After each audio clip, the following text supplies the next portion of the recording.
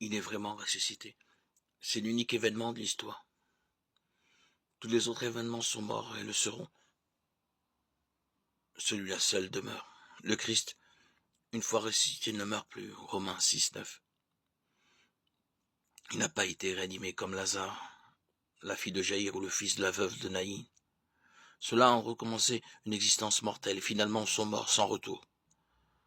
Pour le Christ et pour lui seul d'abord ressuscité, c'est passé par la mort et dans son humanité intégrale, passé au-delà de la mort.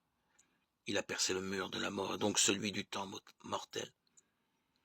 Cet avènement du Verbe de vie dans notre chair et jusqu'au creux de notre mort mérite seul d'être appelé événement, puisque par lui, tous les murs de la mort se sont écroulés et que surgit la vie.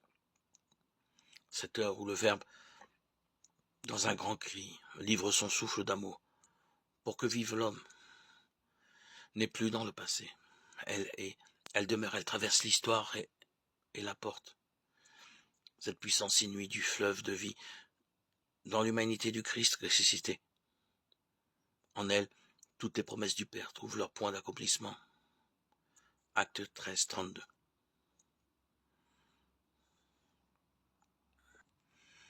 Et les bénédictions ne cessent de se répandre dans notre monde et d'inonder le temps de sa plénitude.